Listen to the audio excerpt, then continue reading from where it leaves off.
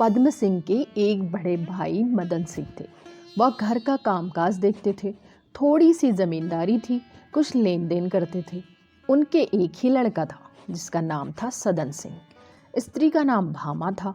माँ बाप का इकलौता लड़का बड़ा भाग्यशाली होता है।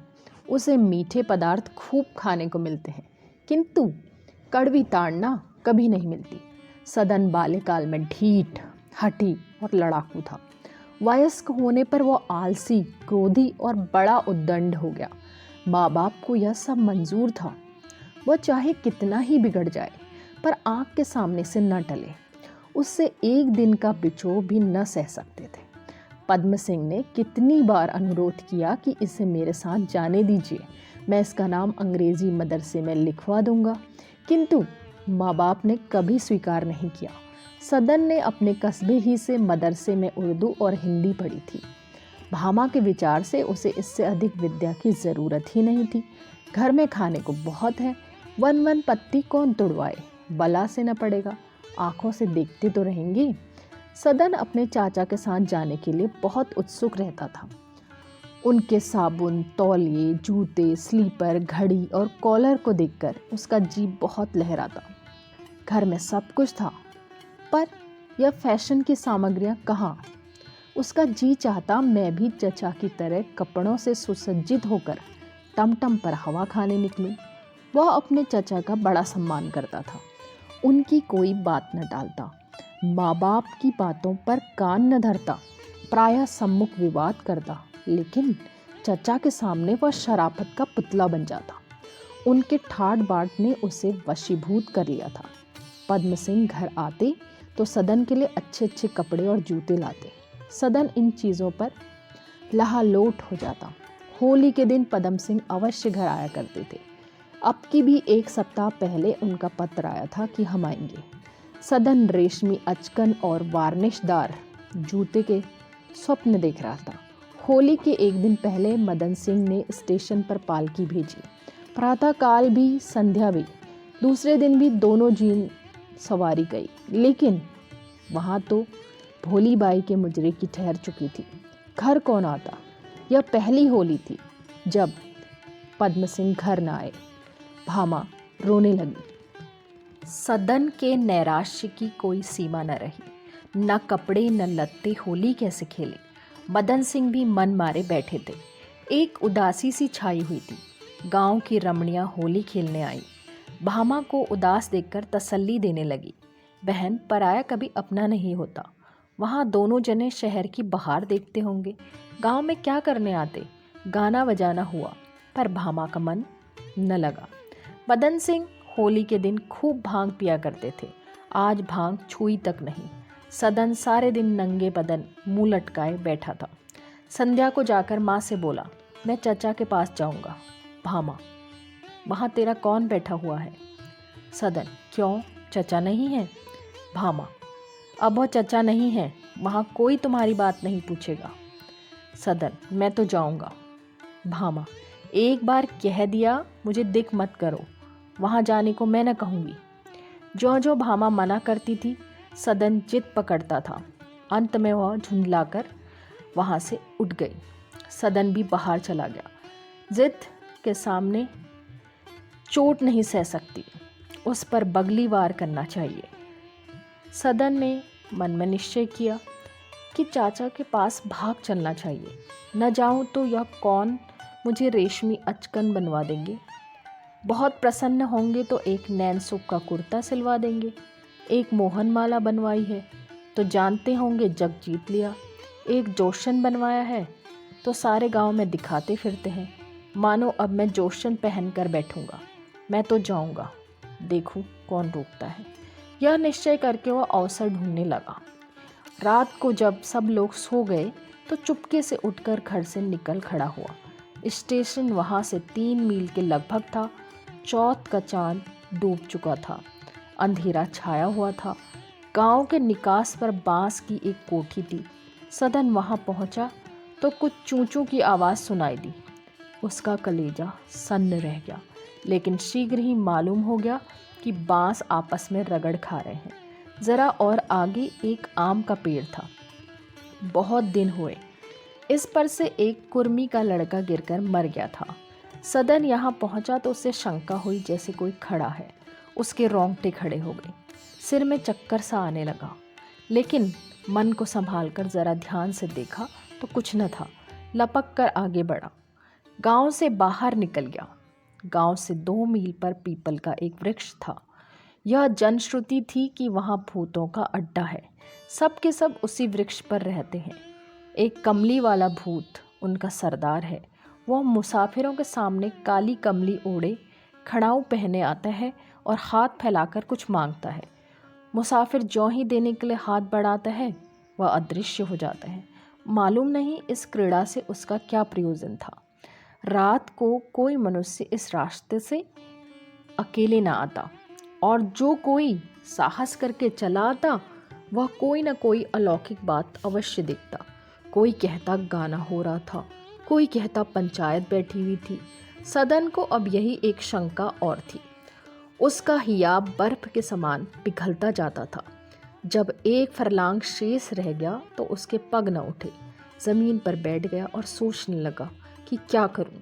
चारों ओर देखा, कोई कहीं मनुष्य नहीं दिखाई देता। यदि कोई पशु ही नजर आ जाता तो उसे धैर्य हो जाता। आध घंटे तक वह किसी आने जाने वाले की राह देखता रहा, पर देहात का रास्ता रात को नहीं चलता। उसने सोचा, कब तक बैठा रहूँगा। 1 बजे रेल आती है, देर हो जाएगी तो सारा खेल ही बिगड़ जाएगा। अतएव वह हृदय में बल का संचार करके उठा और रामायण की चौपाइयाँ उच्च स्वर में गाता हुआ चला। भूत प्रेत के विचार को किसी बहाने से दूर रखना चाहता था, किंतु ऐसे अवसरों पर गर्मी की मक्खियों की भांति विचार टालने से नहीं टलते। हटा दो फिर आ पहुँचते हैं। निदान वह सघन वृक्ष सामने दिखाई देने लगा। सदन ने उसकी ओर ध्यान से देखा।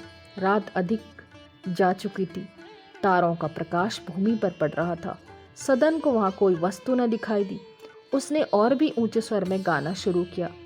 इस समय एक एक रोम सजग हो रहा था। कभी इधर ताकता, कभी उधर।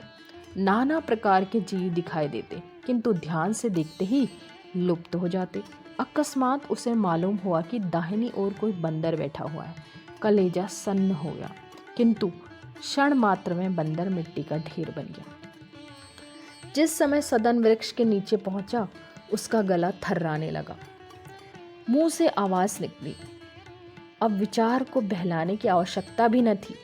मन और बुद्धि की सभी शक्तियों का संचय परमावश्यक था। अकस्मात उसे कोई वस्तु दौड़ती हुई नजर आई। वह उछल पड़ा। ध्यान से देखा तो कुत्ता था, किंतु वह सुन चुका था कि भूत कभी कभी कुत्तों के रूप में भी आ जाया करते हैं। शंका और भी प्रचंड हुई। सावधान होकर खड़ा हो गया, जैसे कोई वीर पुरुष शत्रु के वार की प्रतीक्षा करता है। कुत्ता सिर झुकाए चुपचाप कतराकर निकल गया। सदन ने जोर से डांटा, धत। कुत्ता दुम दबाकर भागा। सदन कई पग उसके पीछे दौड़ा। भाई की चरम सीमा ही साहस है। सदन को विश्वास हो गया कुत्ता ही था। भूत होता तो अवश्य कोई न कोई लीला करता। भय कम हुआ, किंतु यह वहाँ से भागा नहीं। वह अपने भीरू हृदय को लज्जित करने के लिए कई मिनट तक पीपल के नीचे खड़ा रहा। इतना ही नहीं, उसने पीपल की परिक्रमा की। उसने दोनों हाथों से बलपूर्वक हिलाने की चेष्टा की। वह विचित्र साहस था। ऊपर पत्थर, नीचे पानी। एक जरा सी आवाज़, एक जरा सी पत्ती की खड़कन उसके जीवन का निपटारा कर सकती थी। इस परीक्षा से निकलकर सदन अभिमान से सिर उठाए आगे बढ़ा। सुमन के चले जाने के बाद पद्म सिंह के हृदय में एक आत्मग्लानि उत्पन्न हुई। मैंने अच्छा नहीं किया। न मालूम वह कहाँ गई। अपने घर चली गई तो पूछना ही क्या, किंतु वहाँ वह कदापि न गई होगी। मरता क्या ना करता, कहीं कुली डिपो वालों के जाल में न फंस गई हो तो फिर छूटना मुश्किल है। यह दुष्ट ऐसे ही अवसर पर अपना बाण चलाते हैं। कौन जाने कहीं उनसे भी घोरतम दुष्टाचारियों के हाथ में न पड़ जाए। साहसी पुरुष को कोई सहारा नहीं होता तो वह चोरी करता है। कायर पुरुष को कोई सहारा नहीं होता तो वह भीख मांगता है। लेकिन स्त्री को कोई सहारा नहीं होता तो वह लज्जाहीन हो जाती है। युवती का घर से निकलना मुंह से बात का निकलना है। मुझसे बड़ी भूल हुई। अब इस मर्यादा पालन से काम न चलेगा। वह डूब रही होगी, उसे बचाना चाहिए। वह गजाधर के घर जाने के लिए कपड़े पहनने लगे। तैयार होकर घर से निकले, किंतु यह संशय लगा हुआ था कि कोई मुझे उसके दरवाजे पर न देख ले। मालूम नहीं गजाधर अपने मन में क्या समझे, कहीं उलझ पड़ा तो मुश्किल होगी। घर से बाहर निकल चुके थे, लौट पड़े और कपड़े उतार दिए। जब वह 10 बजे भोजन करने गए तो सुभद्रा ने तेवरियां बदल कर कहा, यह आज सवेरे सवेरे सुमन के पीछे क्यों पड़ गए? निकालना ही था तो एक ढंग से निकालते। उस बुढ़े जीतन को भेज दिया। उसने उल्टी सीधी जो कुछ मुंह में आई बोली कही। बेचारी ने जीभ तक नहीं हिलाई, चुपचाप चली गई। मारे लाज के मैंने सिर नहीं उठाया। मुझसे आकर कहते मैं समझा देती, कोई गंवारिन तो थी नहीं, अपना सुबीता करके चली जाती। यह सब तो कुछ न हुआ, बस नादिर शाही हुक्म दे दिया। बदनामी का इतना डर?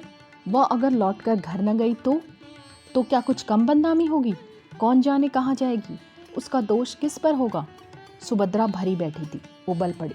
पद्म सिंह अपना अपराध स्वीकार करने वाले अपराधी की भांति सिर झुकाए सुनते रहे। जो विचार उनके मन में थे वे सुभद्रा की जीभ पर थे। चुपचाप भोजन किया और कचहरी चले गए। आज उस जलसे के बाद तीसरा दिन था। पहले शर्मा जी को कचहरी के लोग एक चरित्रवान मनुष्य समझते थे और उनका आदर करते थे, किंतु इधर 3-4 दिनों से जब अन्य वकीलों को अवकाश मिलता तो वह शर्मा जी के पास आकर बैठ जाते, उनसे राग रंग की चर्चा करने लगते।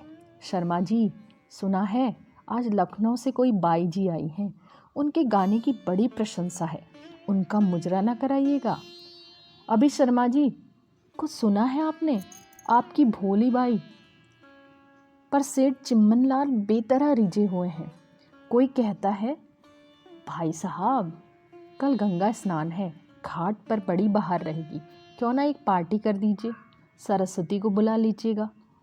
गाना तो बहुत अच्छा नहीं, मगर यौवन में अद्वितीय है। शर्मा जी को इन चर्चाओं से घृणा होती। वह सोचते, क्या मैं वैश्याओं का दलाल हूँ जो मुझसे लोग इस तरह की बातें करते हैं। कचहरी के कर्मचारियों के व्यवहार में भी शर्मा जी को एक विशेष अंतर दिखाई देता। उन्हें जब छुट्टी मिलती, सिगरेट पीते हुए शर्मा जी के पास बैठ जाते और इसी प्रकार की चर्चा करने लगते। यहाँ तक कि शर्मा जी किसी बहाने से उठ जाते और उनसे पीछा छुड़ाने के लिए घंटों किसी वृक्ष के नीचे बैठ जाते। वह उस अशुभ मुहूर्त को कोसते जब उन्होंने जलसा किया था। आज भी वह कचहरी से जल्दी आ गए, वहाँ ठहर न सके। इन्हीं घृणित चर्चाओं से उकता कर 2 ही बजे लौट आए। जो ही द्वार पर पहुँचे, सदन ने आकर उनके चरण स्पर्श किए। शर्मा जी आश्चर्य से बोले, अरे सदन, तुम कब आए? सदन, इसी गाड़ी से आया हूँ। पदम सिंह, घर पर तो सब कुशल है? सदन, जी हाँ, सब अच्छी तरह से है। पदम सिंह, कब चले थे? इसी 1 बजे वाली गाड़ी से। सदन, जी नहीं, चला तो 9 बजे रात को, किंतु गाड़ी में सो गया और मुगल सराय पहुंच गया। उधर से 12 बजे वाली डाक से आया हूँ। पदम सिंह, वाह, अच्छे रहे। कुछ भोजन किया? सदन, जी हाँ, कर चुका। पदम सिंह, मैं तो अब की होली में ना आ सका, भाभी कुछ कहती थी। सदन, आपकी राह लोग 2 दिन तक देखते रहे। दादा 2 दिन पालकी लेकर गए, अम्मा रोती थी, मेरा जी न लगता था, रात को उठकर चला आया। शर्मा जी, तो घर पर पूछा नहीं? पूछा क्यों नहीं, लेकिन आप तो उन लोगों को जानते हैं, अम्मा राजी न हुई। शर्मा जी, तब तो वह लोग घबराते होंगे, ऐसा ही था तो किसी को साथ ले लेते। खैर, अच्छा हुआ, मेरा जी भी तुम्हें देखने को लगा था। अब आ गए तो किसी मदरसे में नाम लिखाओ। सदन, जी हाँ, यही तो मेरा भी विचार है। शर्मा जी ने मदन सिंह के नाम पर ताड़ किया। घबराइए मत, सदन यहीं आ गया है, उसका नाम किसी स्कूल में लिखा दिया जाएगा। तार देकर फिर सदन से गांव घर की बातें करने लगे। कोई कुर्मी, कहार, लोहार, चमार ऐसा ना बचा जिसके संबंध में शर्मा जी ने कुछ न पूछा हो। ग्रामीण जीवन में एक प्रकार की ममता होती है, एक स्नेह बंधन होता है जो कि नागरिक जीवन में नहीं पाया जाता, जो सब प्राणियों को चाहे छोटे हो या बड़े हो बांधे रहता है। संध्या हो गई। शर्मा जी सदन के साथ सैर को निकले, किंतु बेनी बाग या क्वींस पार्क की ओर न जा सके। दुर्गा कुंड और कान्हा जी की धर्मशाला की ओर गए। उनका चित्त चिंताग्रस्त हो रहा था। आंखें इधर उधर सुमन को खोजती फिरती थी। मन में निश्चय किया था कि अगर इस बार मिल जाए तो फिर उसे नहीं जाने दूंगा, चाहे कितनी ही बदनामी हो।